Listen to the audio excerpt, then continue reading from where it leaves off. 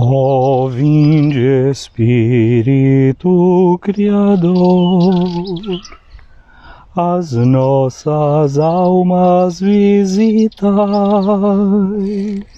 e enchei os nossos corações com os vossos dons celestiais. Vós sois chamado intercessor do Deus excelso, dom sem par, a fonte viva, o fogo, amor, a unção divina e salutar. Sois doador dos 7 dons, e sois poder na mão do Pai. Por Ele prometido a nós, por nós seus feitos proclamais. A nossa mente iluminai, os corações enchei de amor, nossa fraqueza encorajai, qual força eterna e protetor. Nosso inimigo repeli e concedei-nos vossa paz, se pela graça nos guiais, o mal deixamos para trás. Ao Pai, ao Filho Salvador, por vós possamos conhecer que procedeis do seu amor. Fazei-nos sempre firmes crer. Amém. Olá, amiga, olá, amigo. Estamos hoje chegando ao 9º dia dessa nossa novena de Pentecostes, portanto é a sua conclusão. Amanhã, com toda a igreja, nós celebraremos o 50º dia do tempo pascal. É interessante notar uma coisa, não é? Essa festa de Pentecostes, ela é a recordação de uma festa que existia no povo de Israel. O povo de Israel foi um povo que viveu primeiro a experiência de nômade, não é? De ter a experiência de não ter a sua terra fixa, mas rodar pelo mundo. Odaléa, você está aqui presente nessa nossa live, né? Você costuma acompanhar essas mulheres que, como se diz num jargão técnico, né? Mulheres expatriadas, homens expatriados, né? Você e eu, nós estamos aqui no exterior, nós não estamos na nossa pátria. E esse era um traço do povo de Israel, que vivia vagando, vivia pelo deserto. Um pouco como hoje nós falamos e vemos os ciganos, não é? São nômades. Mas esta, se a gente for pensar bem, é a situação ontológica, é a situação do ser humano, porque no fundo, o ser humano, do ponto de vista existencial, ele é um vagante, ele é um vagador, ele é um peregrino. Homo viator, se dizia no passado, um viajante. E o viajante precisa de vez em quando receber um viático, a comida para a via, para o caminho. É isso que a gente faz a cada dia rezando, é justamente fazendo isso, né? Lembrar que a gente precisa do pão para comer. Mas os primeiros cristãos, existe uma carta muito antiga, chamada Carta a Diogneto. E Diogneto dizia exatamente isso, que o cristão é aquele que, mesmo na sua pátria, ele vive como se estivesse numa terra estrangeira. Porque ele sabe que ele não é daqui. O ser humano sabe que ele não pertence pura e simplesmente à sua cultura. Ele é muito mais do que isso. Ele não pertence simplesmente ao seu ambiente. Com a alma, com o coração, ele transcende, é a capacidade de transcendência do ser humano. A carta aos Hebreus fala de que nós estamos aqui caminhando porque nós não temos uma cidade fixa aqui neste mundo. Então esse é um aspecto que a gente recorda sempre. E aí aquela carta de Ogneto diz assim: mesmo na sua pátria, o cristão se sente numa terra estrangeira. E tem um outro lado que é positivo, sobretudo para nós que somos expatriados, né? Não estamos na nossa pátria, que ele vai dizer que toda terra estrangeira para ele é a sua pátria. Eu posso, com toda a liberdade, dizer que aqui, fora da minha terra, fora daquele lugar que eu nasci, eu estou em casa. E essa é uma coisa que é muito característica da Igreja Católica, que ela é católica, ou seja, ela é universal. Ela não é uma igreja nacional. Ela não é a igreja de um país, de uma terra. Em qualquer igreja que você entre, em qualquer lugar do mundo, você está em casa.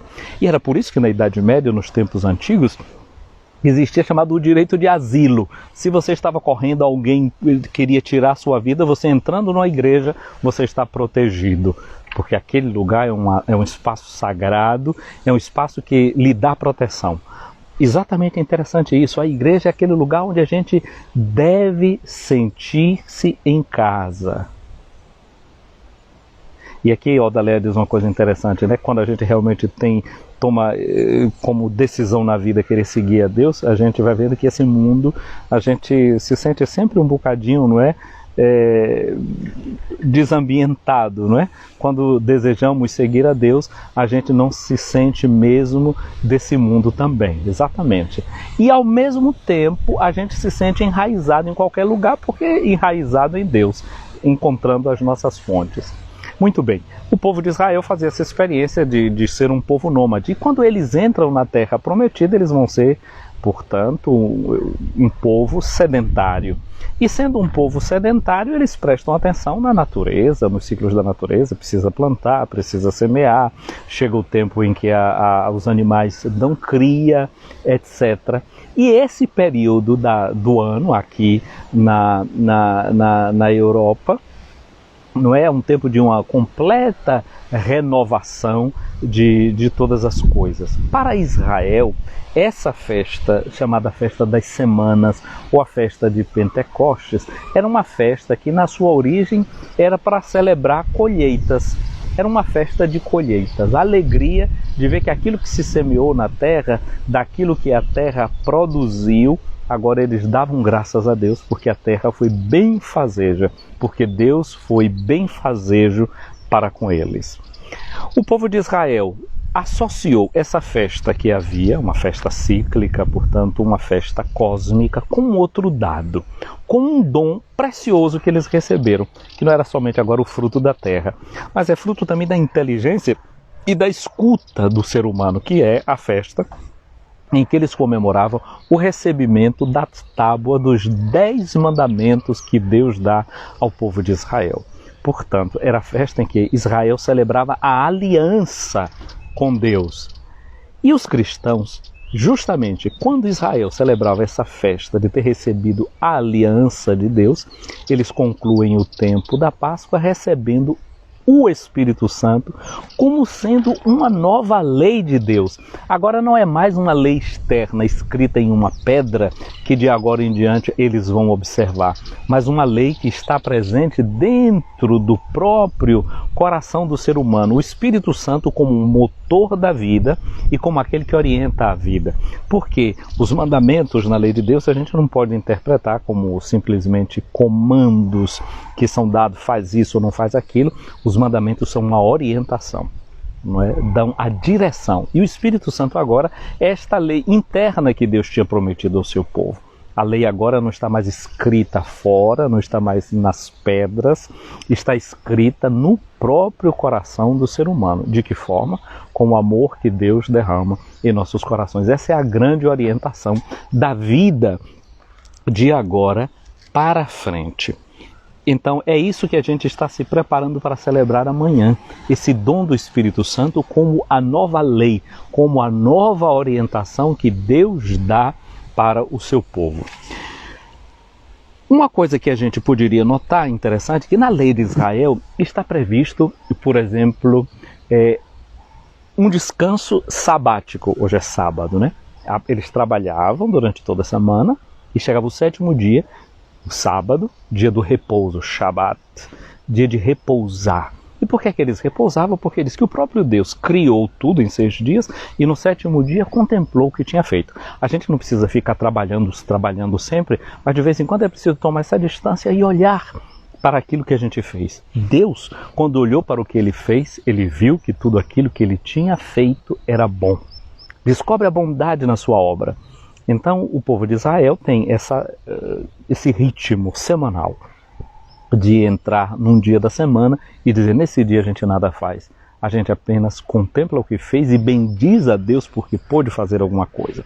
Mas tinha uma outra lógica ainda dentro do povo de Israel, que era assim, o ano sabático. Eles faziam uma espécie de semanas de ano. 1 ano, 2 anos, 3 anos, 4 anos, 5 anos, 6 anos. O 7º ano eles chamavam de ano sabático. E o que era que eles faziam? Eles plantaram sempre aqui nesse pedaço de terra, todo ano plantou, arou, etc. No 7º ano, eles recolhiam bem no 6º ano, para no 7º ano eles não trabalharem na terra, dar tempo à terra de se regenerar, de descansar. Também a terra precisava do seu tempo e deixava a terra crescer por conta própria, descansar, a terra descansar. Você precisa de descanso, eu preciso de descanso, a natureza precisa de descanso. Olha aí que coisa interessante nessa sabedoria do povo de Israel. E ainda tinha uma outra prática do povo de Israel que era chamado o ano jubilar, que então era como que semanas de decênios, então 49 anos contados, o 50º ano, que é 7 vezes 7, né? 49, então deve ser esse simbolismo. Então, no 50º ano, eles chamavam aquilo de ano jubilar. Yubel, que significa uma corneta, não é o que eles fazem, uma corneta com o corno do boi, né? Com a gaia, com o chifre do boi, e soava aquela trombeta Yubel para convocar o povo para aquele ano que era um ano solene, que era um ano santo. E aí tinha algumas práticas que eram interessantes. Às vezes uma pessoa se endividava, e quando ele se endividava, para pagar a dívida, como não tinha mais nada com o que pagar, já tinha pagado com a terra, com isso ou aquilo, ele se tornava escravo. Ou a terra que era herança deles, e a terra em Israel é algo sagrado. Então o que era que acontecia? No 50º ano alguém se complicou com dívidas, etc. A terra voltava para o dono original daquela terra, para os familiares dele. Então voltava a reintegração na posse da terra, que é um dom de Deus para todas as pessoas. O ano jubilar, ou o chamado ano da graça, porque as pessoas eram perdoadas nas dívidas que tinha. Jesus, quando entra na sinagoga de Nazaré, segundo o Evangelho de Lucas, no capítulo 4, ele pegou uma passagem do livro de Isaías e disse assim: o Espírito do Senhor repousa sobre mim, ele me consagrou, ele me ungiu para proclamar esse ano da graça do Senhor, para curar os corações que estão aflitos, para proclamar a liberdade para quem está prisioneiro. Fez toda aquela leitura e depois Jesus no fim disse assim: hoje se cumpriu essa passagem da Escritura que vocês acabaram de escutar. Ou seja, a presença de Jesus no mundo é como uma espécie de ano jubilar, de ano do júbilo. Como uma espécie, não é o ano jubilar. Nós entramos no ano da graça do Senhor, esse tempo do perdão. Portanto, chegar à celebração da festa de Pentecostes é mexer com essa memória também, que está contida no Antigo Testamento, que está presente no Novo Testamento, porque Jesus se apropria desse texto e diz que ele é esse que está cumprindo essa palavra da Escritura. Portanto, a festa de Pentecostes é evocar essa presença do Espírito do Senhor que estava sobre Jesus. e esse mesmo Espírito depois vai pousar sobre os discípulos que estarão reunidos no cenáculo em oração.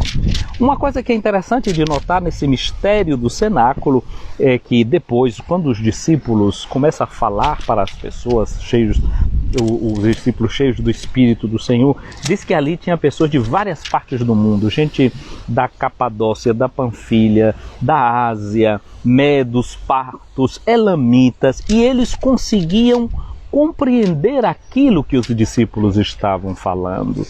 Ou seja, o Espírito Santo é o Espírito que dá à igreja a possibilidade de se tornar compreensível a todas as línguas.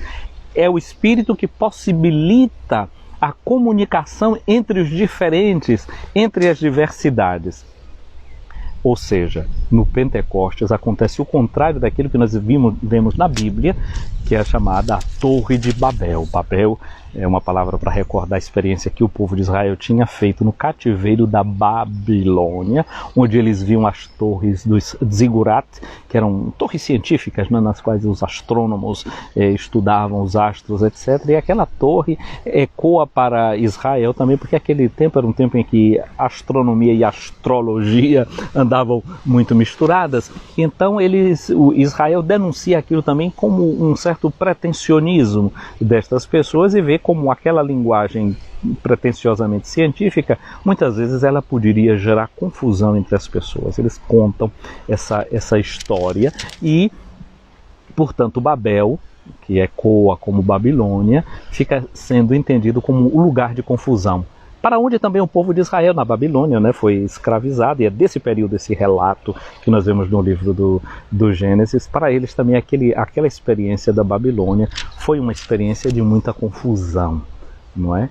E é um risco de, quando a gente entra numa outra cultura, de haver uma confusão cultural, uma fusão desnecessária, porque cada um precisa conservar a sua identidade para que seja capaz de diálogo, de compreensão, de estabelecer as diferenças e de se enriquecer com a diversidade. Quando há uma confusão, uma fusão num único lugar, de uma forma tal que a gente já não vê mais a diferença, isso não pode ser positivo, isso não pode ser bom. As diferenças precisam ser preservadas para que haja enriquecimento sempre.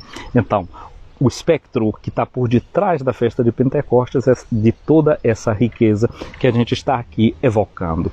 Mas nós chegamos então ao texto de hoje, o texto da liturgia de João, no capítulo 21, versículos de 20 a 25, é o último capítulo do Evangelho de São João. Estamos escutando uma narrativa da terceira vez que Jesus apareceu aos seus discípulos. 2 vezes ele aparece no cenáculo, no dia da ressurreição, 8 dias depois, e agora Jesus se apresenta aos discípulos nas bordas do mar de Tiberíades. Tiberíades ecoa no ouvido dos discípulos como aquela homenagem que foi feita ao imperador Tibério. Portanto, a experiência que os primeiros cristãos estão fazendo é a experiência de estar às margens desse império romano, como um grande lago, e o lago, as águas, muitas vezes evoca na mentalidade dos povos antigos também a força negativa. Então eles estão ali naquele lugar. Ouvimos ontem como ali a borda daquele lago, daquele lugar que evoca um lugar onde se pode ter o pão, onde se pode ter a comida, mas lugar também de dificuldade. E lembra que o Império Romano era aquele império que queria dar pão e circo para as pessoas, para que tudo ficasse ali sob o controle deles. No meio dessa dificuldade ali, Jesus vai interrogando a Pedro: Pedro, tu me amas? Porque o que o discípulo de Jesus precisa dar é, diante das potências e do poder desse mundo, a gente precisa saber quem é que a gente ama. Não perder de vista aquele a quem o nosso coração realmente deseja. Não nos perdermos com as migalhas dos pães que são dados na nossa vida, não é? E fazer o corte necessário que a gente precisa com aquilo que está à volta de nós. Então a pergunta de Jesus para Pedro é essa: tu me amas? Tu me amas? E Pedro foi se colocando dentro daquela sua possibilidade, dizendo-se que ele queria bem, a honestidade de Pedro diante de Jesus. E Jesus não refutou a sinceridade de Pedro, acolheu aquela dimensão que ele podia dar de amor. Ele não conseguia dizer a Jesus: eu te amo, mas dizia: eu gosto de ti. E Jesus sempre dando a ele missão: apacenta os meus cordeiros, apacenta as minhas ovelhas, apacenta as minhas ovelhas. Porque o que faz a gente crescer é justamente o cuidado com o outro, que faz a gente crescer na capacidade de amar a Jesus. Continua a história de ontem, né, o capítulo 21, agora a gente encontra Pedro, que viu atrás de si aquele outro discípulo que Jesus amava. Aqui a gente associa normalmente esse discípulo que Jesus amava com João Evangelista, o que escreveu esse evangelho. Mas é preciso lembrar uma coisa. O evangelho diz que Jesus, capítulo 13 de São João, Jesus, tendo amado os seus que estavam no mundo, amou-os até o fim. Jesus também disse, não há maior prova de amor do que dar a vida pelos seus amigos. Por quem foi que Jesus morreu? Não foi por você, não foi por mim? Portanto, aqui agora, esse discípulo amado, a gente deve entender como você, como eu. Nós somos esse discípulo a quem Jesus ama.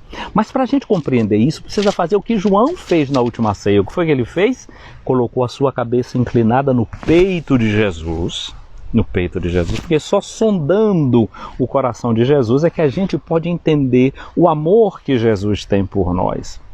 Há um comentador do Evangelho de São João, ele era um africano do Egito, chamava-se Orígenes, e Orígenes dizia que a Sagrada Escritura é como uma roça, né, que vai produzindo muitos frutos, e entre esses frutos tem trigo, e o Evangelho é como se fosse o trigo, porque é com trigo que se faz o pão, né? Os evangelistas, os 4 evangelistas, são como se fosse farinha de trigo, que era a farinha mais preciosa que o Egito produzia muito, é como se fosse a farinha de trigo com a qual se faz um bom pão. E o Evangelho de São João, ele dizia, é a fina flor do trigo. E completava, esse Evangelho é muito misterioso, é muito profundo. Para poder entender bem esse Evangelho, a gente tem que fazer como o discípulo amado, encostar a cabeça no peito de Jesus e receber Maria por nossa mãe. É Maria que vai nos introduzindo no mistério do amor do seu filho Jesus. Portanto, Pedro vê esse discípulo que Jesus amava, o evangelista, aquele mesmo que reclinara sobre o peito de Jesus durante a última ceia e perguntou, Senhor, quem é que te vai entregar? Portanto, com esse discípulo amado que inclina a cabeça no peito de Jesus, e hoje o peito de Jesus é a Bíblia, é a Escritura, é o Evangelho, e a gente pode inclinar a cabeça da gente nesse Evangelho como que para prescrutar o Evangelho. O que ele fez? Ele fez perguntas. Portanto, eu e você temos aqui uma norma para ler a palavra de Deus, fazer perguntas. É necessário que a gente tenha a pergunta, mas ter a pergunta correta. Não é para poder entender o texto bíblico. Com que perguntas eu entro na leitura da palavra de Deus?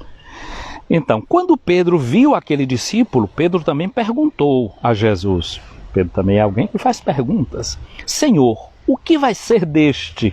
Pedro estava aqui querendo saber da vida do discípulo amado, né? Se interessando pela vida do outro. Quando eu e você entramos na Sagrada Escritura, a pergunta não deve ser sobre o outro.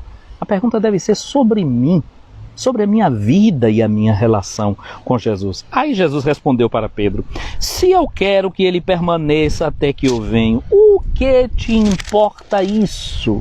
Veja só, fazer perguntas importantes, perguntas que sejam relevantes para a nossa relação com Jesus. E aí Jesus continua e diz, tu segue-me. Pedro, juntamente com João Evangelista e com outros discípulos, um certo dia, eles fazem essa experiência de sentir o chamado de Jesus na vida dele. Vem e segue-me. E eles foram capazes de deixar tudo, deixar as redes, deixar o barco para seguir Jesus. É no seguimento a Jesus que a gente vai crescendo e entendendo as respostas que a gente precisa dar para a vida. O importante aqui, Jesus está mostrando para a gente o que é seguir Jesus. Não se perder com coisas que não sejam relevantes, com coisas que sejam inúteis. Então correu entre os discípulos a notícia de que aquele discípulo não morreria. Jesus não disse que ele não morreria, mas apenas se eu quero que ele permaneça até que eu venha, o que te importa? E a tradição fala, né, que João, o evangelista, ele morre com mais de 100 anos. Então as pessoas, de fato, quando todos os discípulos já tinham morrido, achavam que ele não iria morrer mais, que o Senhor voltaria e ele ainda estaria vivo. Mas João morreu. Este diz aqui o texto que nós temos: este é o discípulo que dá testemunho destas coisas, que as escreveu, e sabemos que o seu testemunho é verdadeiro. Jesus fez ainda outras coisas, mas se fossem escritas todas, eu penso que não caberia no mundo os livros que deveriam ser escritos. As pessoas que recebem os meus áudios todos os dias, desde a quarta-feira de cinza, nós começamos incentivando as pessoas para fazer as anotações dos seus momentos de orações. Tem gente que já deve ter trocado de caderno, está com o caderno bem cheio. Veja só, são as coisas que nós estamos escrevendo agora sobre a nossa relação com Jesus, sobre o nosso seguimento a Jesus. Essa história está continuando. Ela não é uma história do passado, ela é uma história atual. Ela é uma sequência daquilo que começou lá na Palestina, daquilo que começou a acontecer lá na Galileia e que continua agora na minha e na sua vida, na minha e na sua existência. Minha amiga, meu amigo, amanhã nós concluímos o tempo santo da Páscoa. 50 dias. 50 dias para a gente chegar a esse ponto que nós estamos aqui hoje. O que importa para você? Quanto a você, vem e segue-me. A Páscoa de cada ano é o relançamento da nossa vocação. É o relançamento do chamado de Jesus para nós. É uma espécie de encontro vocacional. Nós voltamos às nossas origens, voltamos a Jesus e dele nós escutamos o chamado. Vem e segue-me. Você está disposto a continuar seguindo Jesus? A Páscoa não é um fato do passado. A Páscoa acontece, como eu disse, que estava no Evangelho de Lucas. Hoje está se cumprindo essa passagem da Escritura que você está acabando de escutar. Essa história continua no aqui e no agora. A Páscoa é perene, a Páscoa é contínua, a Páscoa é realmente uma passagem. De novo eu volto aqui ao Odalea, não é? Com a sua experiência de acompanhar mulheres expatriadas aí na ciência. Ela está acompanhando na Suíça, ela está aqui acompanhando essa nossa live. Olha aí, Odalea, um ponto para você, não é, ajudar essas nossas amigas, e através delas também aos nossos amigos. Entender que o cristão é alguém que faz a sua Páscoa. Às vezes tem muita gente, quando morre alguém, diz: fulano fez a sua Páscoa. Mas a Páscoa não é simplesmente a hora da morte, quando você morre e faz essa passagem definitiva. Às vezes ajunta isso, fez a sua passagem definitiva. Muito bem. A Páscoa definitiva. A Páscoa é a gente lembrar isso, que nós somos passageiros, que nós estamos passando. Não é? E é interessante quem é gente de Páscoa, gente que tem essa consciência de passagem, gente que sabe que tem um outro horizonte, uma outra indicação para a sua própria vida. É preciso passar com qualidade. É preciso passar deixando os sinais da nossa passagem. Como diz o salmista, que os peregrinos que iam para Jerusalém, eles eram deixando pelo deserto, por onde eles passavam, eles diziam: brotam fontes no deserto, e tudo vai se enchendo de bênçãos por onde eles passavam. Assim deve ser a nossa marca como gente da Páscoa, deixar uma marca de uma passagem nossa que seja um rastro de bênçãos por onde a gente vai passando e deixando os sinais da nossa presença, da nossa existência. Minha amiga, meu amigo, a você que acompanhou até aqui essa nossa live de hoje, meu muito obrigado. Ela vai ficar aqui salva no nosso Instagram, ela vai ficar salva no nosso canal do YouTube. E eu diria para você, não é? Interaja com a gente, deixe seus comentários. Me disseram que é para eu pedir a vocês que assistem essas nossas lives para salvar as lives, que diz que isso ajuda a criar a consciência dentro da rede da importância do que você está vendo, que o que você está vendo é uma coisa que você julga que é uma coisa boa e indica para outras pessoas. Quando você vê ali embaixo da barra onde nós estamos vendo, então, tem um lugar que você pode partilhar, não é? Partilha para outras pessoas. Tem um quadradinho, um últimozinho, que é para salvar o vídeo que você está vendo. Salve, porque isso também é uma indicação para o sistema que analisa essas nossas mensagens, não é, Odalea? A gente que está aqui presente fazendo esse tipo de trabalho, não é? É bom que esse trabalho seja passageiro, mas num sentido também de Páscoa, que vai passando e deixando marcas. Então essas são formas de a gente dizer que tem uma certa qualidade nisso que a gente está vendo, a quem a gente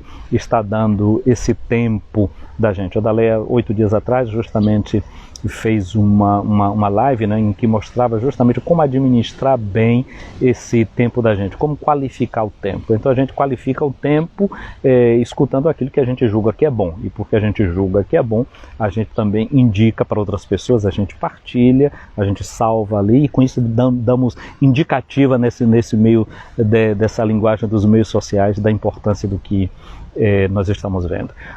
Vamos pedir a Deus que nos abençoe nesse dia e sempre, minha amiga, meu amigo. Eu desejo para você uma boa conclusão de novena de Pentecostes. Desejo que Deus continue nos abençoando nesse dia e sempre. Venha sobre você a bênção de Deus Todo-Poderoso, o Pai, o Filho e o Espírito Santo. Amém. Vejo aqui também presente, né, que passando por aqui, a Rose Santos. Um abraço para você. Certamente no Brasil hoje, nesse momento, não é tão fácil a gente ter as ligações, é muito cedo, é madrugada aí no Brasil, mas quando você acordar já vai encontrar esse vídeo aí para você. Fiquem com Deus, um sábado abençoado.